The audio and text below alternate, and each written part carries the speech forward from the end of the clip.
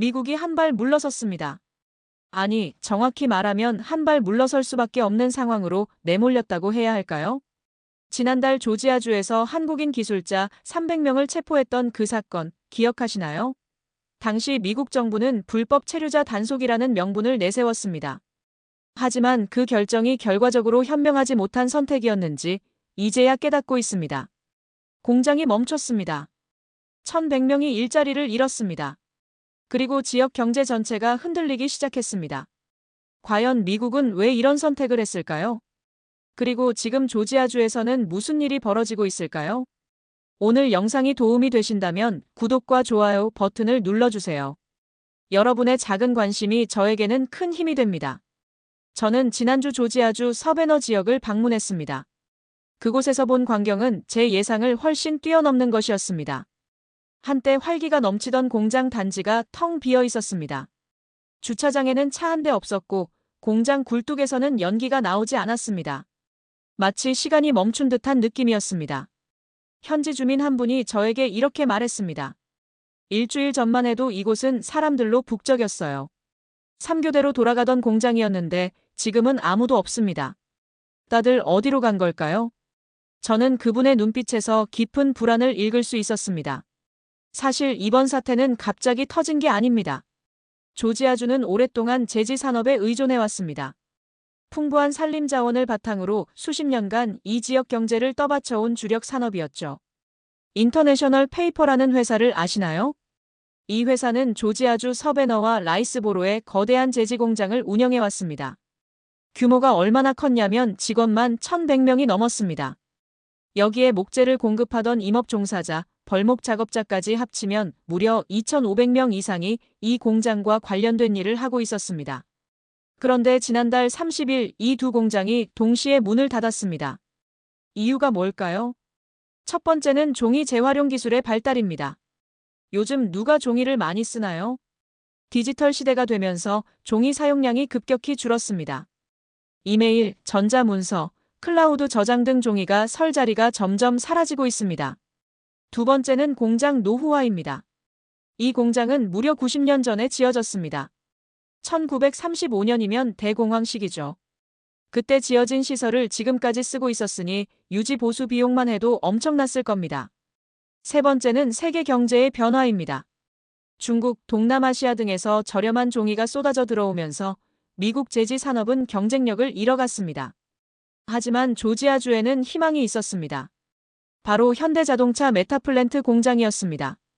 2022년 현대자동차 그룹은 조지아주 서베너 지역에 76억 달러 한화로 약 10조 원을 투자해 메타플랜트를 건설하기로 했습니다. 이 공장은 연간 50만 대의 전기차를 생산할 수 있는 규모였습니다. 지역 주민들은 환호했습니다. 드디어 우리 지역에 새로운 일자리가 생긴다. 한국 기업이 우리를 살려줄 거야. 실제로 현대차 공장 건설이 시작되면서 지역 경제는 살아나기 시작했습니다. 물류센터가 들어섰고 창고가 생겼으며 주택 판매량도 급증했습니다. 레스토랑, 슈퍼마켓, 주유소 모든 게 활기를 띠었습니다. 그런데 바로 그때 미국 정부가 믿을 수 없는 결정을 내렸습니다.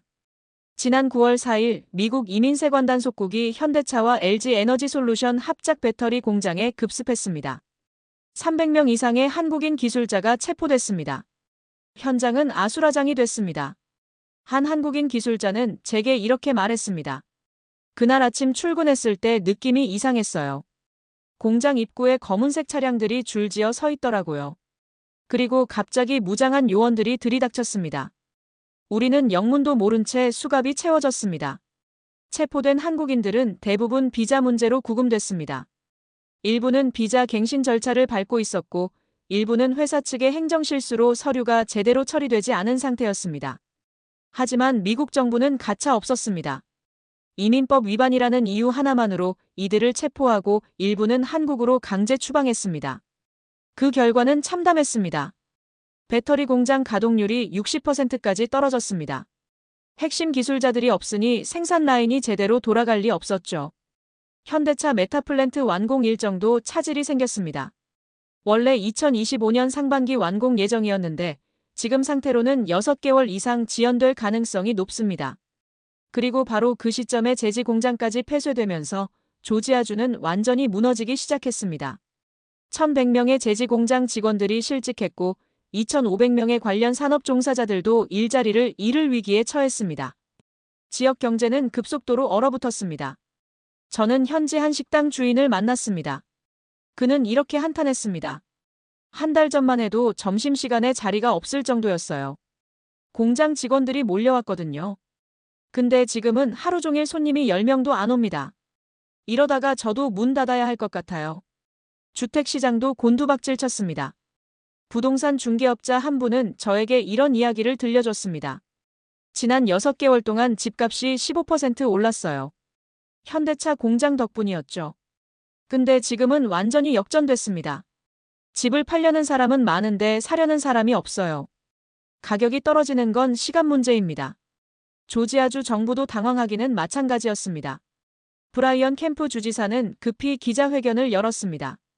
우리는 이번 사태를 매우 심각하게 받아들이고 있습니다. 연방정부와 긴밀히 협력하여 해결책을 찾겠습니다. 하지만 그의 목소리에는 확신이 없었습니다. 이제 조지아주는 선택의 기로에 서 있습니다. 한국 기술자들을 다시 불러들일 것인가, 아니면 다른 방법을 찾을 것인가. 하지만 문제는 그렇게 간단하지 않습니다. 트럼프는 2025년 1월 재집권과 동시에 미국 우선주의를 다시 전면에 내세웠습니다. 그의 핵심 정책 중 하나가 바로 관세 정책이었죠. 중국산 제품에 60% 관세, 유럽연합 제품에 25% 관세, 캐나다와 멕시코에도 각각 25%와 10% 관세를 부과했습니다. 심지어 브라질 커피에는 50% 관세를 매겼습니다. 트럼프는 이렇게 말했습니다.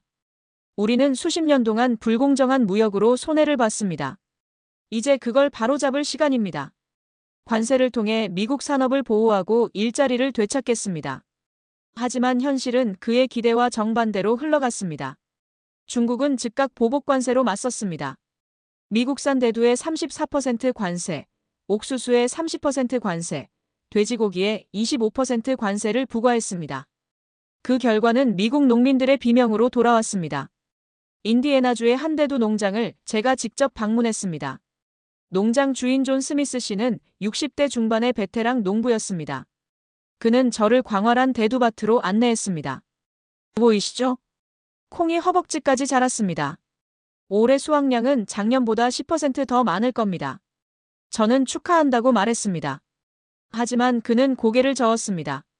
축하할 일이 아닙니다. 이 콩을 팔 데가 없어요. 그는 제게 충격적인 숫자를 알려줬습니다. 2024년 같은 시기, 중국은 미국산 대두 650만 톤을 수입했습니다. 하지만 2025년 현재 중국이 계약한 미국산 대두는 단 한 톤도 없습니다. 제로입니다. 중국이 우리 대두의 25%를 사갔어요. 근데 지금은 완전히 끊겼습니다. 대신 브라질과 아르헨티나 대두를 사가더군요. 가격 폭락은 피할 수 없었습니다. 대두 가격은 파운드당 12.8달러에서 10달러로 22% 급락했습니다. 농민들은 생산 비용도 건지지 못하는 상황에 내몰렸습니다. 이러다가 파산입니다. 은행 대출 이자도 못 갚겠어요.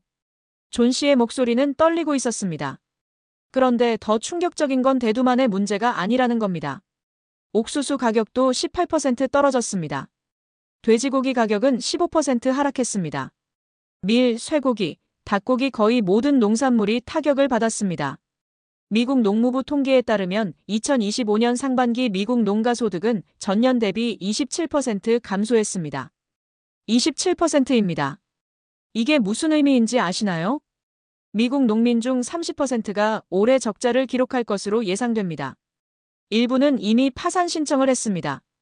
트럼프 대통령의 핵심 지지층이 바로 이 농민들이었습니다. 2024년 대선에서 농촌 지역은 트럼프에게 압도적 지지를 보냈습니다. 아이오와주 농촌 지역에서는 72%가 트럼프를 찍었습니다. 인디애나주는 68%, 네브래스카주는 74%였습니다. 하지만 지금 이들의 분노는 하늘을 찌를 듯합니다. 우리가 트럼프를 뽑았는데 이게 뭡니까? 중국과 싸우겠다더니 왜 우리만 죽어가는 겁니까? 농민단체들은 연일 시위를 벌였습니다. 백악관 앞에 트랙터를 몰고 와서 항의했습니다. 트럼프 대통령도 이제야 문제의 심각성을 깨달은 듯합니다. 그는 지난주 자신의 SNS에 이렇게 썼습니다. 4주 후 시진핑 주석과 만날 것입니다. 대두 문제를 논의하겠습니다. 중국이 협상 이후 구매를 하지 않아 우리 농민들이 피해를 보고 있습니다. 그는 이어서 이렇게 덧붙였습니다. 우리는 관세로 많은 돈을 벌었습니다. 그 돈의 일부를 농가 지원에 쓰겠습니다.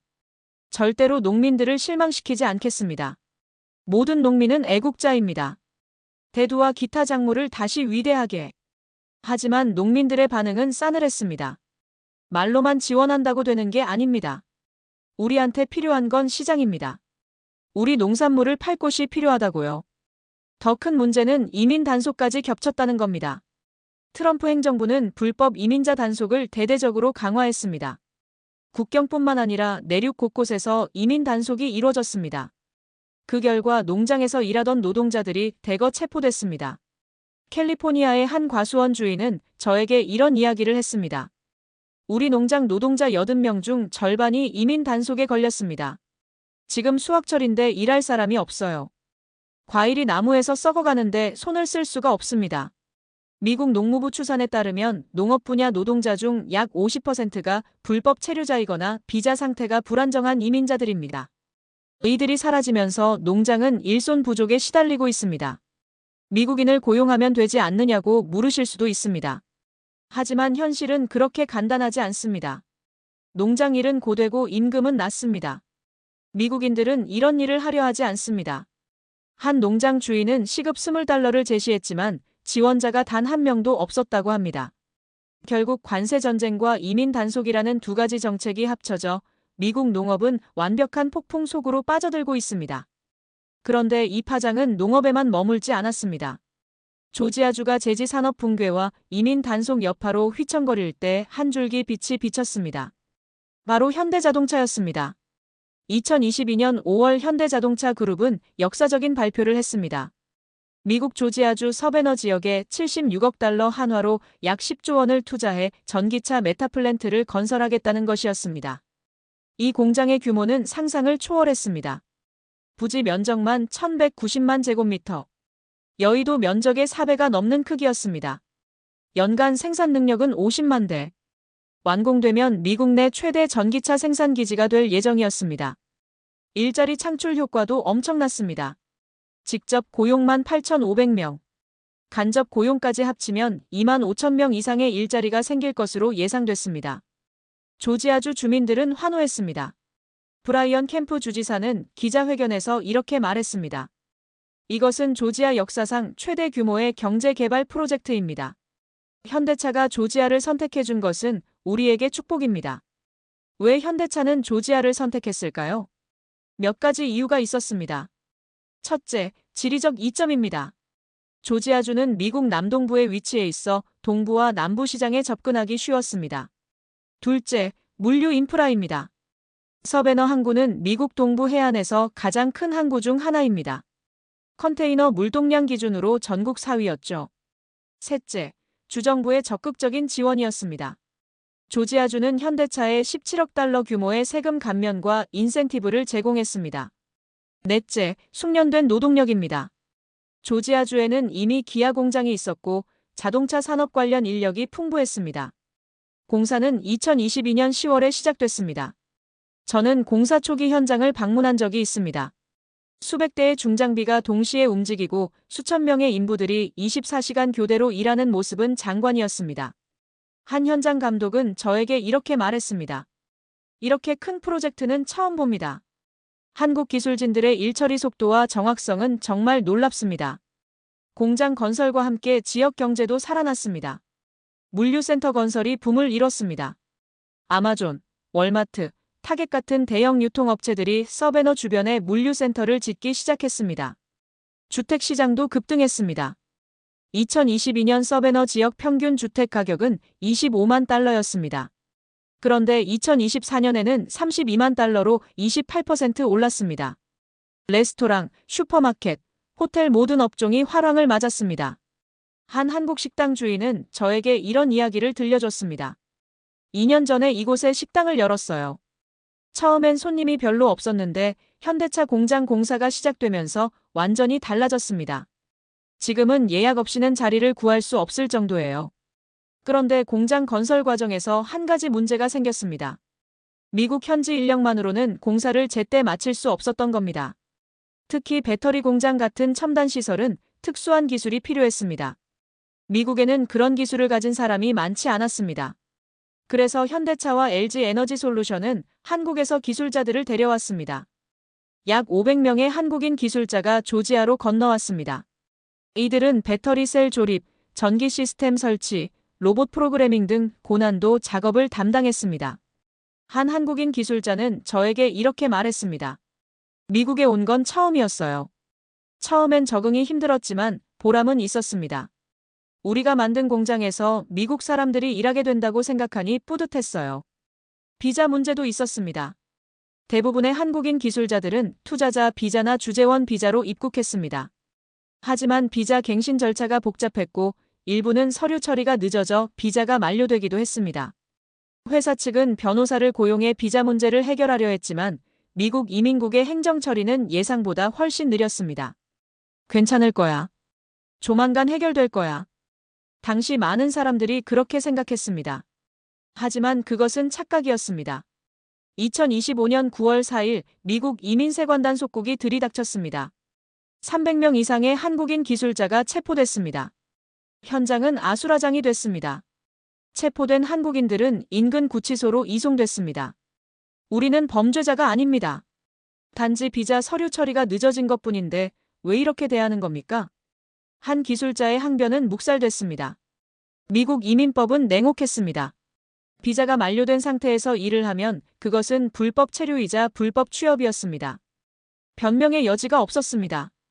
일부는 즉시 한국으로 추방됐습니다. 일부는 보석금을 내고 풀려났지만 미국을 떠나라는 명령을 받았습니다. 공장은 마비됐습니다. 배터리 셀 조립 라인이 멈췄습니다. 로봇 프로그래밍 작업이 중단됐습니다. 전기 시스템 설치도 중지됐습니다. 한 미국인 현장 관리자는 저에게 이렇게 한탄했습니다. 한국인 기술자들이 없으니 아무것도 할 수 없습니다. 우리는 그들이 하던 일을 대체할 수 없어요. 기술이 없으니까요. 현대차와 LG는 긴급 대책회의를 열었습니다. 한국에서 새로운 기술자들을 데려와야 합니다. 하지만 문제가 있었습니다. 누가 미국에 오려고 하겠습니까? 체포될 위험이 있는데요. 한국 본사의 한 임원은 저에게 이렇게 말했습니다. 우리는 미국 정부에 항의했습니다. 하지만 소용없었어요. 이민법 위반이라는 이유 하나만으로 우리 직원들을 체포하고 추방했습니다. 공장 완공 일정은 6개월 이상 늦춰질 것이 확실해졌습니다. 원래 2025년 하반기 완공 예정이었던 계획은 2026년 상반기로 미뤄졌습니다. 그 사이 조지아주 경제는 급속히 냉각됐습니다. 이번 사태를 이해하려면 더 큰 그림을 봐야 합니다. 왜 미국은 한국인 기술자들을 체포했을까요? 표면적인 이유는 이민법 위반이었습니다. 하지만 그 이면에는 트럼프 행정부의 정치적 계산이 깔려 있었습니다. 트럼프 대통령은 2024년 선거 공약으로 불법 이민자 제로를 내걸었습니다. 그는 취임 첫날부터 이민 단속을 강화했습니다. 국경 장벽 건설을 재개했고 이민세관단 속국 예산을 2배로 늘렸습니다. 트럼프는 자신의 지지층에게 강력한 메시지를 보내야 했습니다. 나는 약속을 지키는 사람이다. 불법 이민자를 용납하지 않겠다. 그런데 문제는 이 강경 정책이 예상치 못한 곳에서 부메랑이 되어 돌아왔다는 겁니다. 조지아주 배터리 공장 사건은 그 대표적인 예였습니다. 한 워싱턴 DC의 정책 전문가는 저에게 이렇게 말했습니다. 트럼프 행정부는 나무만 보고 숲을 보지 못했습니다. 한국인 기술자들을 체포함으로써 단기적으로는 강경한 이미지를 보여줄 수 있었겠죠. 하지만 장기적으로는 미국 경제에 막대한 피해를 입혔습니다. 실제로 미국은 지금 중대한 기로에 서 있습니다. 중국과의 패권 경쟁이 갈수록 치열해지고 있습니다. 특히 첨단 기술 분야에서 중국의 추격이 무섭습니다. 전기차 배터리 기술에서 중국은 세계 1위입니다. CATL, BYD 같은 중국 기업들이 글로벌 시장의 60% 이상을 장악하고 있습니다. 반도체 기술도 마찬가지입니다. 중국은 자체 반도체 생산 능력을 급속히 키우고 있습니다. 미국 입장에서는 중국을 견제하기 위해 동맹국들과의 협력이 절실합니다. 그 핵심 파트너가 바로 한국입니다. 한국의 삼성 SDI, LG 에너지솔루션은 중국 업체들과 경쟁할 수 있는 몇 안 되는 기업들입니다. 한국의 삼성전자, SK하이닉스는 세계 최고 수준의 반도체 기술을 보유하고 있습니다. 미국은 이들 한국 기업들이 미국에 공장을 짓고 기술을 이전하기를 원합니다. 그런데 한국인 기술자들을 체포한다. 이것은 모순입니다. 워싱턴의 한 싱크탱크 연구원은 저에게 이렇게 말했습니다. 미국 정부 내부에서도 혼란이 있습니다. 국토안보부는 이민법 집행을 강조하고 상무부와 에너지부는 한국 기업들과의 협력을 강조합니다. 이 두 가지가 충돌하고 있는 겁니다. 한국 정부도 움직였습니다. 외교부는 주미대사를 통해 미국 국무부에 강력히 항의했습니다. 한국 기술자들은 정당한 비자를 받고 미국에 입국했습니다. 일부 행정적 문제가 있었을 수는 있지만 이렇게 강압적으로 대하는 것은 부당합니다. 한국 국회도 결의안을 채택했습니다. 미국 정부는 한국 기술자들을 즉시 석방하고 재발 방지 대책을 마련하라. 하지만 트럼프 행정부의 초기 반응은 냉담했습니다. 백악관 대변인은 기자회견에서 이렇게 말했습니다. 미국은 법치국가입니다. 이민법을 위반한 사람은 누구든 처벌받습니다. 국적이나 이유를 불문하고 말이죠. 그러나 시간이 지나면서 상황이 바뀌기 시작했습니다. 조지아주 경제가 급속히 악화되자 지역 정치인들이 목소리를 높이기 시작한 겁니다. 조지아주 하원 의원 버디 카터는 공개 서한을 발표했습니다. 우리는 한국 기술자들이 조속히 돌아오기를 희망합니다. 그들 없이는 배터리 공장을 완공할 수 없습니다. 이것은 조지아주의 미래가 걸린 문제입니다. 서베너 경제개발청장 트립 톨리슨도 같은 입장을 밝혔습니다. 현대차 메타플랜트는 우리 지역 경제의 생명줄입니다. 연방정부는 이 점을 이해해야 합니다. 공화당 내부에서도 균열이 생겼습니다. 일부 의원들은 트럼프의 강경 이민 정책을 지지했지만 다른 의원들은 경제적 실리를 강조했습니다. 조지아주 출신 공화당 상원 의원은 비공개 회의에서 이렇게 말한 것으로 알려졌습니다. 우리가 불법 이민을 단속해야 하는 건 맞습니다. 하지만 합법적으로 일하러 온 한국 기술자들까지 쫓아내는 건 어리석은 짓입니다. 군부도 우려를 표명했습니다. 한 국방부 고위 관계자는 비공식 브리핑에서 이렇게 말했습니다. 한국은 우리의 핵심 동맹국입니다. 특히 인도 태평양 전략에서 한국의 역할은 매우 중요합니다. 한국과의 관계가 악화되는 것은 우리 국익에 도움이 되지 않습니다. 실제로 한국은 미국의 아시아 전략에서 핵심 축입니다. 주한미군 28,500명이 주둔하고 있고 한미동맹은 70년 이상 유지돼 왔습니다. 북한 핵 문제, 중국 견제, 인도 태평양 안정 이 모든 것에서 한국의 협력이 필수적입니다. 그런데 한국 기술자 300명을 체포한 것이 이 모든 것을 위협할 수 있다는 걸 이제야 깨닫기 시작한 겁니다. 미국 내 여론도 변하기 시작했습니다. 우리는 한국 기술자들이 돌아오기를 간절히 바랍니다. 그들은 범죄자가 아닙니다. 우리 지역 경제를 살리러 온 사람들입니다. 이런 여론의 압박 속에서 트럼프 행정부는 입장을 수정하기 시작했습니다. 한국에 대한 미국인들의 인식은 완전히 바뀌고 있습니다. 2010년대만 해도 미국인들에게 한국은 그저 북한과 전쟁 중인 나라 정도였습니다. 하지만 지금은 다릅니다. BTS, 블랙핑크, 뉴진스 K-팝 스타들이 빌보드 차트를 장악했습니다. 기생충, 오징어 게임, 더 글로리 한국 콘텐츠가 넷플릭스를 휩쓸었습니다. 삼성, 현대, LG 한국 브랜드들이 미국 시장에서 확고한 위치를 차지했습니다. 저는 지난주 워싱턴 DC의 한 고등학교를 방문했습니다. 학생들에게 물었습니다. 한국하면 뭐가 떠오르나요? 한 학생이 손을 들었습니다. K-팝이요. 저는 BTS 팬입니다. 다른 학생이 말했습니다. 삼성 갤럭시 쓰고 있어요. 아이폰보다 좋아요. 또 다른 학생이 말했습니다. 오징어 게임 진짜 재밌었어요. 다음 시즌은 언제 나와요? 저는 소름이 돋았습니다. 불과 10년 전만 해도 상상할 수 없던 일이었습니다. 이런 문화적 영향력이 경제적 정치적 영향력으로 이어지고 있습니다. 조지아주 사태도 그 맥락에서 이해할 수 있습니다. 만약 한국이 여전히 미국인들에게 낯선 나라였다면 한국인 기술자 300명이 체포됐어도 큰 관심을 받지 못했을 겁니다. 하지만 지금은 다릅니다. 미국 언론들이 앞다퉈 보도했고 소셜미디어에서도 큰 화제가 됐습니다. 수만 명의 미국인들이 한국 기술자들의 석방을 요구했습니다. 한국 기술자들은 미국 경제에 기여하러 온 사람들입니다. 그들을 체포하는 건 말이 안 됩니다. 나는 현대 전기차를 기다리고 있었습니다. 한국 기술자들을 추방하면 그 차는 언제 나오나요? 이런 여론은 정치권에도 영향을 미쳤습니다. 민주당 의원들은 트럼프 행정부를 맹비난했습니다. 하원 외교위원회 민주당 간사는 성명을 발표했습니다. 트럼프 행정부의 무분별한 이민 단속이 미국의 동맹 관계를 훼손하고 있습니다. 한국은 우리의 중요한 파트너입니다. 이런 식으로 대해서는 안 됩니다. 공화당 내부에서도 비판의 목소리가 나왔습니다. 특히 조지아주 출신 의원들은 강력하게 반발했습니다. 조지아주 공화당 하원 의원 한 명은 폭스뉴스 인터뷰에서 이렇게 말했습니다. 저는 트럼프 대통령을 지지합니다. 하지만 이번 결정은 잘못됐습니다. 우리 지역 경제가 무너지고 있습니다. 기업계도 목소리를 높였습니다. 조지아주 상공회의소는 성명을 발표했습니다. 현대차 메타플랜트는 조지아주 역사상 최대 투자 프로젝트입니다. 이 프로젝트가 차질을 빚으면 수만 개의 일자리가 사라집니다. 연방정부는 이 점을 심각하게 고려해야 합니다. 미국 자동차 딜러 협회도 우려를 표명했습니다. 협회 회장은 기자회견에서 이렇게 말했습니다. 우리는 현대차 전기차를 판매하기를 고대하고 있습니다. 고객들의 문의가 쏟아지고 있습니다. 공장 완공이 지연되면 우리 비즈니스에도 타격이 됩니다. 환경단체들도 가세했습니다. 시에라 클럽 자연자원 보호협회 같은 주요 환경단체들이 공동 성명을 발표했습니다. 전기차 보급은 기후변화 대응의 핵심입니다. 현대차 메타플랜트는 미국의 전기차 전환을 가속화할 중요한 프로젝트입니다.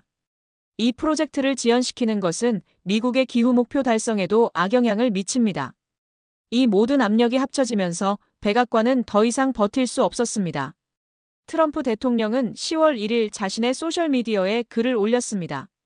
4주 후 시진핑 주석과 만날 것입니다. 대두 문제를 논의하겠습니다. 그리고 그는 한 문장을 더 추가했습니다. 조지아주의 경제 발전도 매우 중요합니다. 우리는 한국과의 파트너십을 소중히 여깁니다. 이것은 사실상 백기투항이었습니다. 백악관 대변인은 후속 브리핑에서 이렇게 말했습니다. 우리는 한국 기술자들의 비자 문제를 재검토하고 있습니다. 합법적으로 일할 수 있도록 필요한 조치를 취할 것입니다.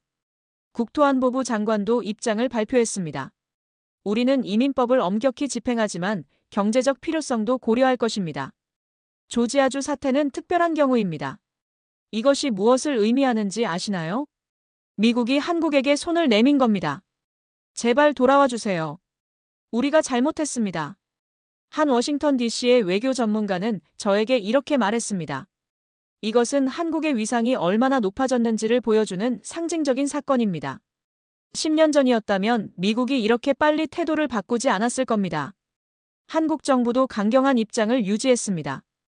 외교부 대변인은 정례 브리핑에서 이렇게 말했습니다. 우리는 미국 정부의 조치를 환영하지만 구체적인 행동을 봐야 합니다.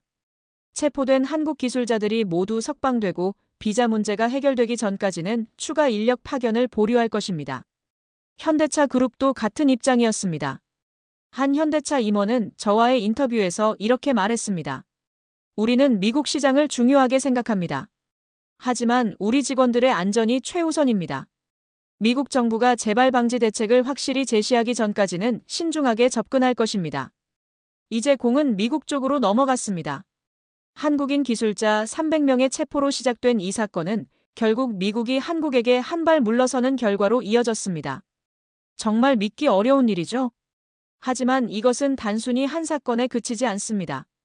이것은 세계 질서의 근본적인 변화를 보여주는 신호탄입니다. 20세기 내내 한국은 미국의 도움을 받는 나라였습니다. 한국 전쟁 때 미군이 참전해 한국을 지켜줬습니다. 1960년대에서 70년대까지 경제개발 과정에서 미국의 원조와 투자가 큰 도움이 됐습니다. 1997년 IMF 외환위기 때도 미국의 지원이 있었습니다. 그런 한국이 이제는 미국을 돕는 위치가 됐습니다. 아니, 더 정확히 말하면 미국이 한국 없이는 안 되는 상황이 된 겁니다. 왜일까요? 첫째, 기술력입니다. 한국은 이제 세계 최고 수준의 기술을 보유하고 있습니다. 반도체 분야에서 삼성전자와 SK하이닉스는 세계 1위입니다. 배터리 분야에서 LG 에너지솔루션과 삼성 SDI는 중국 업체들과 어깨를 나란히 합니다. 조선 분야에서 한국은 여전히 세계 1위입니다. 디스플레이, 철강, 석유화학 거의 모든 주요 산업에서 한국은 톱티어입니다. 미국은 이런 한국의 기술이 절실히 필요합니다. 특히 중국과의 기술 패권 경쟁에서 말이죠. 둘째, 제조 능력입니다. 미국은 지난 수십 년간 제조업을 해외로 이전했습니다. 그 결과 미국 내 제조 능력이 크게 약화됐습니다. 코로나19 팬데믹 때 이 문제가 적나라하게 드러났습니다. 마스크, 의료 장비 심지어 백신 생산에 필요한 장비까지 외국에 의존해야 했습니다. 트럼프와 바이든 행정부 모두 제조업 리쇼어링을 외쳤습니다. 하지만 말이 쉽지 실행은 어렵습니다. 미국에는 숙련된 제조업 노동자가 부족합니다. 공장을 짓는 데 필요한 기술과 노하우도 부족합니다.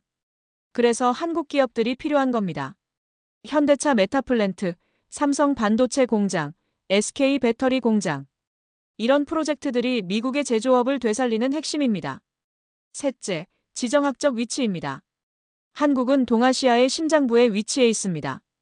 북한, 중국, 러시아, 일본 주요 국가들에 둘러싸여 있죠.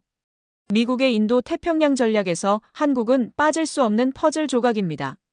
주한미군 28,500명은 단순히 북한을 견제하는 것 이상의 의미를 갖습니다. 이들은 중국의 팽창을 견제하고 지역 안정을 유지하는 핵심 전력입니다. 만약 한미 관계가 악화되면 미국의 아시아 전략 전체가 흔들립니다. 트럼프 행정부도 이 점을 이제야 깨닫고 있습니다. 자, 그렇다면 앞으로 어떻게 될까요? 저는 몇 가지 시나리오를 예상해봤습니다. 먼저 미국 전면 후퇴입니다. 미국이 한국 기술자들을 모두 석방하고 비자 문제를 신속히 해결해줍니다. 나아가 한국 기업들에게 더 많은 인센티브를 제공합니다. 세금 감면, 규제 완화, 행정 지원까지. 제발 미국에 투자해주세요라고 애걸하는 상황이 될 수도 있습니다. 이렇게 되면 한국의 협상력은 더욱 강화됩니다. 한국 기업들은 더 유리한 조건을 요구할 수 있게 됩니다. 두 번째는 타협과 조정입니다. 미국과 한국이 중간 지점에서 만납니다. 미국은 일부 양보하고 한국도 일부 양보합니다. 비자 절차를 간소화하되 한국 기업들도 미국 현지 인력 고용을 늘립니다. 이것이 가장 현실적인 시나리오일 겁니다. 양쪽 모두 이익을 얻을 수 있으니까요. 마지막은 관계 악화와 투자 축소입니다. 최악의 경우 미국이 강경 입장을 고수할 수도 있습니다. 우리는 이민법을 타협하지 않는다. 이렇게 되면 한국 기업들은 미국 투자를 재검토할 수밖에 없습니다. 미국이 이렇게 나온다면 한국도 다른 곳을 알아봐야죠. 멕시코, 캐나다, 심지어 유럽으로 투자처를 돌릴 수도 있습니다. 그렇게 되면 손해는 미국이 봅니다. 저는 개인적으로 두 번째가 가장 가능성이 높다고 봅니다. 이미 그런 조짐들이 보이고 있습니다. 지난주 국토안보부는 조용히 한 가지 조치를 발표했습니다.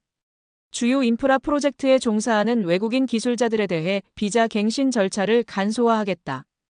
이것은 사실상 한국 기술자들을 위한 특별 조치였습니다. 물론 공식적으로는 그렇게 말하지 않았지만 모두가 알고 있었죠. 조지아주 의회도 움직였습니다. 주 상원은 외국인 투자 촉진 및 보호법을 통과시켰습니다. 이 법안의 핵심 내용은 이렇습니다.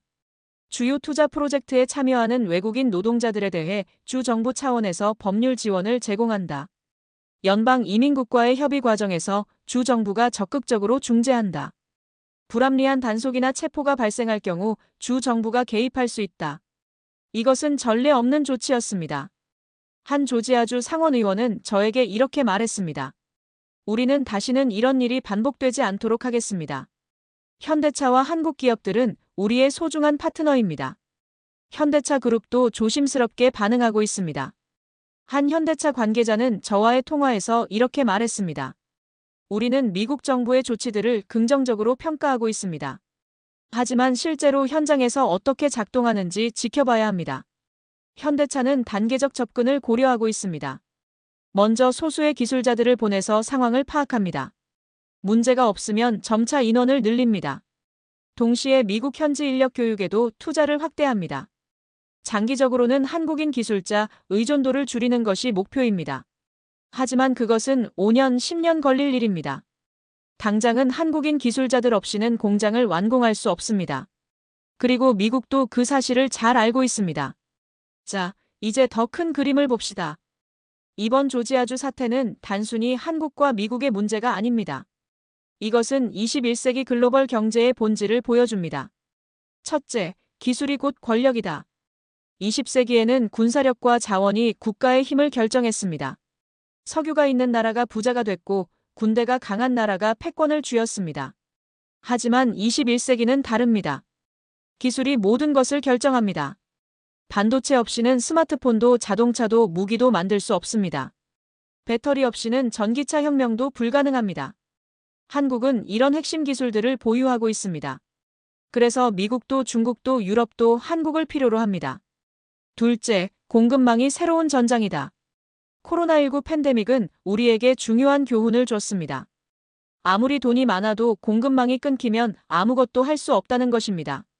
미국은 마스크 하나 제대로 만들지 못해 우왕좌왕했습니다. 유럽은 백신 생산 능력 부족으로 고전했습니다. 그래서 이제 모든 나라가 공급망 안보를 외치고 있습니다. 그 중심에 한국이 있습니다. 한국은 반도체, 배터리, 디스플레이 등 핵심 부품의 주요 공급국입니다. 이 공급망에서 한국을 배제하는 것은 사실상 불가능합니다. 셋째, 인재가 가장 중요한 자산이다. 공장은 지을 수 있습니다. 돈만 있으면 됩니다. 장비도 살 수 있습니다. 가격만 맞으면 됩니다. 하지만 사람은 다릅니다. 한국의 반도체 엔지니어, 배터리 기술자, 자동차 설계사. 이들이 가진 지식과 경험은 돈으로 살 수 없습니다. 조지아주 사태가 이것을 증명했습니다. 한국인 기술자 300명이 없으니 공장이 멈췄습니다. 수십억 달러 시설이 무용지물이 됐습니다. 미국은 이제야 깨달았습니다. 아, 우리에게 정말 필요한 건 사람이구나. 그래서 이제 미국은 한국에게 애걸하고 있습니다. 제발 당신들의 소중한 인재를 보내주세요. 이것은 역사적인 전환점입니다. 한국이 미국에게 도움을 요청하던 시대는 끝났습니다. 이제는 미국이 한국에게 도움을 요청하는 시대입니다. 물론 이것이 한국이 미국을 대체한다는 의미는 아닙니다. 미국은 여전히 세계 최강대국입니다. 군사력, 경제 규모, 문화적 영향력 모든 면에서 미국은 압도적입니다. 하지만 이제는 일방적인 관계가 아닙니다. 서로가 서로를 필요로 하는 진정한 파트너십이 형성되고 있습니다. 조지아주 경제개발청장 트립 톨리슨이 저에게 한 말이 인상적이었습니다. 우리는 현대차를 단순히 투자자로 보지 않습니다. 그들은 우리 지역 사회의 일원입니다. 우리는 함께 성장하고 함께 번영할 것입니다. 이런 관점의 변화가 중요합니다. 과거에는 우리가 너희를 도와주는 거야라는 시혜적 태도였습니다. 이제는 우리는 서로 필요한 존재야라는 상호 존중의 태도입니다. 그렇다면 한국은 어떻게 해야 할까요? 저는 세 가지를 제안합니다. 첫째, 기술 우위를 계속 유지해야 합니다. 한국의 힘은 기술에서 나옵니다. 반도체, 배터리, 조선, 철강 이런 분야에서 세계 최고 수준을 유지해야 합니다. 연구개발 투자를 늘려야 합니다. 우수한 인재를 육성해야 합니다. 오늘의 기술이 내일은 구식이 된다는 것을 명심해야 합니다. 끊임없이 혁신하고 앞서가야 합니다. 둘째, 전략적 균형을 유지해야 합니다. 미국과 중국 사이에서 한국의 위치는 미묘합니다. 너무 미국 쪽으로 기울면 중국의 보복을 받습니다. 너무 중국 쪽으로 기울면 미국의 압박을 받습니다. 사드 배치 때 우리가 겪었던 일을 기억해야 합니다. 중국은 경제 보복으로 한국을 압박했습니다. 롯데마트가 문을 닫았고 한한령으로 한류가 막혔습니다. 하지만 그렇다고 중국을 무시할 수도 없습니다. 중국은 한국 수출의 25%를 차지하는 최대 교역국입니다. 지리적으로도 가장 가까운 이웃입니다. 그래서 균형이 중요합니다. 원칙은 지키되 유연하게 대응해야 합니다. 경제는 경제대로, 안보는 안보대로 분리해서 접근해야 합니다. 셋째, 소프트 파워를 더욱 강화해야 합니다. K-팝, K-드라마, K-무비. 한국 문화 콘텐츠의 세계적 인기는 엄청난 자산입니다. 이것은 단순한 오락이 아닙니다. 이것은 한국의 이미지를 높이고 영향력을 확대하는 강력한 도구입니다. 방탄소년단 한 그룹이 창출하는 경제 효과가 연간 5조 원이 넘는다는 연구가 있습니다. 오징어 게임 한 작품이 넷플릭스에 가져다준 가치가 9억 달러가 넘는다고 합니다. 이런 소프트 파워는 군사력이나 경제력으로 얻을 수 없는 것입니다. 사람들의 마음을 사로잡는 힘입니다. 조지아주 사태에서도 이것이 작용했습니다. 만약 한국이 여전히 미국인들에게 낯선 나라였다면 이렇게 빨리 여론이 형성되지 않았을 겁니다. 하지만 K-팝 팬들, 한국 드라마 시청자들이 소셜미디어에서 목소리를 냈습니다. 그것이 정치권을 움직였고 결국 백악관을 압박했습니다. 문화의 힘이 정치와 경제를 바꾼 겁니다. 자, 이제 마무리하겠습니다. 조지아주에서 벌어진 이 사건은 단순한 해프닝이 아닙니다. 이것은 21세기 국제관계의 새로운 패러다임을 보여주는 사례입니다. 과거에는 큰 나라가 작은 나라를 지배했습니다. 강한 나라가 약한 나라에게 명령했습니다. 하지만 이제는 다릅니다. 기술을 가진 나라가 힘을 갖습니다. 인재를 보유한 나라가 협상력을 갖습니다. 문화적 영향력이 있는 나라가 존중받습니다. 한국은 이 세 가지를 모두 갖추고 있습니다. 그래서 미국도 한국을 함부로 대할 수 없게 됐습니다. 300명의 한국인 기술자를 체포했다가 결국 한 발 물러서고 돌아오라고 애걸하는 상황이 됐습니다. 1100명의 미국인이 일자리를 잃고 지역 경제가 무너지는 것을 보면서 이제야 깨달았습니다. 아, 우리는 한국 없이는 안 되는구나. 저는 이번 사건을 취재하면서 많은 생각을 했습니다. 한국이 정말 멀리 왔다는 것을 느꼈습니다. 1950년 한국전쟁 때 한국은 세계에서 가장 가난한 나라 중 하나였습니다. 1인당 GDP가 67달러였습니다. 아프리카 최빈국보다 가난했습니다. 하지만 2025년 지금 한국의 1인당 GDP는 35,000달러가 넘습니다. 세계 10위권 경제대국입니다. 반도체, 배터리, 조선, 철강, 자동차 거의 모든 주요 산업에서 세계 톱티어입니다. K-팝, K-드라마는 전 세계를 휩쓸고 있습니다. 이 모든 것이 75년 만에 이뤄진 일입니다. 인류 역사상 유례없는 성공 스토리입니다. 하지만 여기서 만족하면 안 됩니다. 세상은 계속 변하고 있습니다. 중국은 무섭게 추격하고 있습니다. 인도, 베트남 같은 신흥국들도 빠르게 성장하고 있습니다. 기술은 하루가 다르게 발전하고 있습니다. 어제의 성공이 내일의 성공을 보장하지 않습니다. 그래서 우리는 계속 노력해야 합니다. 더 혁신하고 더 투자하고 더 배워야 합니다. 조지아주 사태는 우리에게 자신감을 줬습니다. 우리도 할 수 있구나. 우리도 존중받을 수 있구나.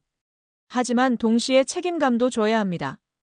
우리의 기술과 인재가 세계 경제에 이렇게 중요하구나. 우리는 더 신중하고 전략적으로 행동해야겠구나. 여러분, 오늘 이야기는 여기서 마치겠습니다. 조지아주의 1100명 실직 사태, 한국인 기술자 300명 체포, 그리고 미국의 백기 투항. 이 모든 것이 우리에게 던지는 메시지는 명확합니다. 세상이 변했습니다. 한국의 위치가 변했습니다. 이제 우리는 도움을 받는 나라가 아니라 도움을 줄 수 있는 나라가 됐습니다. 하지만 그 힘을 어떻게 사용할지는 우리의 선택입니다. 겸손하게 하지만 당당하게. 협력적으로 하지만 원칙 있게. 그렇게 나아가야 합니다. 조지아주는 지금 한국 기술자들이 돌아오기를 간절히 기다리고 있습니다. 서베너 경제개발청장은 매주 한국 대사관에 전화를 걸고 있다고 합니다. 언제 오십니까? 우리가 무엇을 더 해드려야 합니까? 브라이언 캠프 주지사는 직접 한국을 방문할 계획이라고 합니다. 현대차 본사를 찾아가 우리의 진심을 전하겠습니다. 트럼프 대통령도 4주 후 에이펙 정상회의에서 한국 대통령과 만날 예정입니다. 의제 중 하나가 바로 조지아주 문제라고 합니다. 세상이 정말 변했습니다. 한국인으로서 자부심을 느낄 수밖에 없습니다. 하지만 동시에 이 자부심을 오만으로 바꾸지 말아야 합니다. 계속 겸손하게 계속 열심히 일해야 합니다.